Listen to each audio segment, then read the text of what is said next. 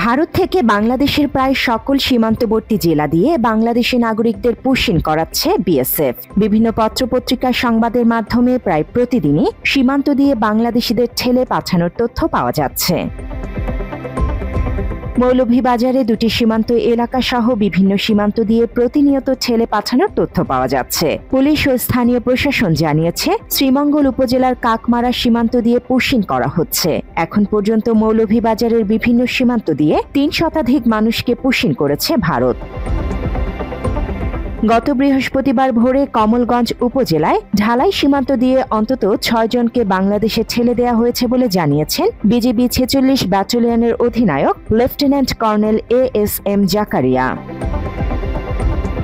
বৃহস্পতিবার ভোর থেকে সকালের মধ্যে খাগড়াছড়ির দুটি সীমান্ত দিয়ে ১৫ জনকে বাংলাদেশে ঠেলে দিয়েছে ভারত। তাদের মধ্যে ৯ জনকে মাটিরাঙ্গা উপজেলার শান্তিপুর সীমান্ত দিয়ে এবং বাকি ৬ জনকে পানছড়ি উপজেলা সীমান্ত দিয়ে পুশিং করা হয়েছে বলে জানা গেছে।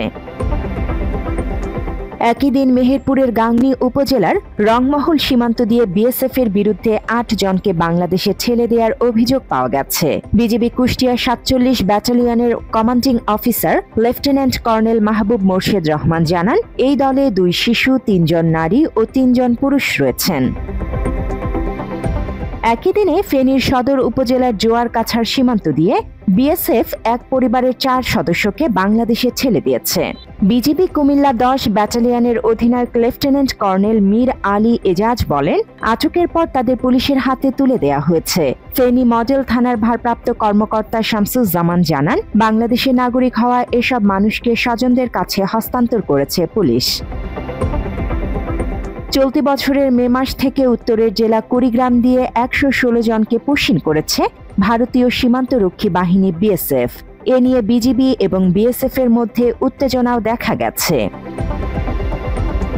বিজিবির তথ্য উপাত্ত বলছে, কুড়িগ্রাম জেলার ৯ উপজেলার মধ্যে স্থল ও নদী পথ মিলিয়ে ভারতের সাথে সীমান্ত রয়েছে ৭টি উপজেলায়। এসব সীমান্তের মধ্যে সবচেয়ে বেশি পুশিং হয়েছে রৌমারী, ভুরুঙ্গামারী ও ফুলবাড়ী সীমান্তে। এখান দিয়ে মে মাসে ভারত থেকে বাংলাদেশে ছেড়ে দেওয়া হয়েছে ১১৬ জন।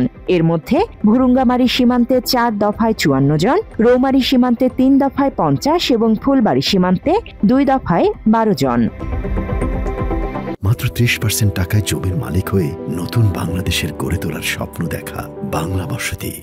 ভারতে দীর্ঘদিন বসবাস করার সুবাদে যারা ভারতের নাগরিকত্ব পেয়েছিল এমন মানুষদেরও ঠেলে পাঠানো হচ্ছে বলে অভিযোগ উঠেছে।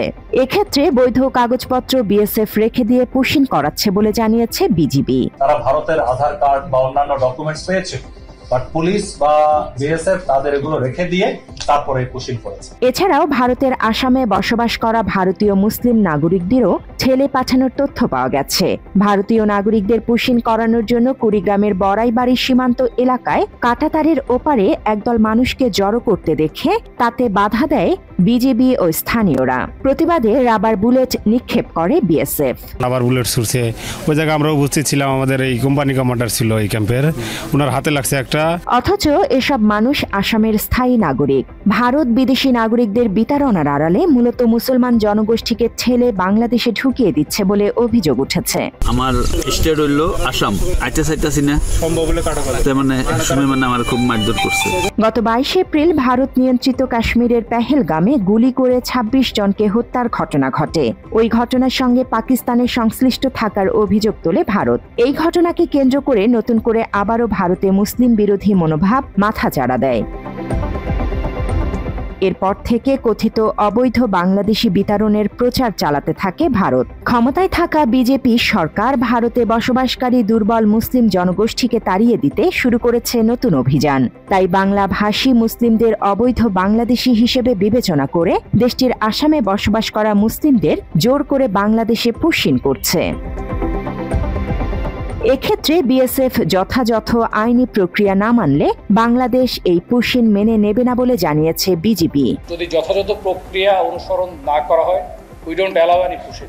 এমনকি ভারতে বসবাসরত কোনো বাংলাদেশি থাকলে তাদের আইনি প্রক্রিয়ায় পাঠানোর আহ্বান জানিয়েছেন বাংলাদেশের স্বরাষ্ট্র উপদেষ্টা অবসরপ্রাপ্ত লেফটেন্যান্ট জেনারেল জাহাঙ্গীর আলম। যারা আমাদের দেশি, আমাদের বাংলাদেশি, আমাদেরই ভাই, তাদের ক্ষেত্রে আমরা বলছি ভারতকে যে তোমরা প্রপার চ্যানেলে পাঠাও। পুশিন ঠেকাতে সীমান্ত এলাকায় নিরাপত্তা জোরদার করেছে বাংলাদেশ বর্ডার গার্ড বাংলাদেশ। চলমান পুশিন বন্ধে সীমান্তে বাড়ানো হয়েছে নজরদারি। জান্নাতুল ফেরদৌস তমা, বাংলা এডিশন।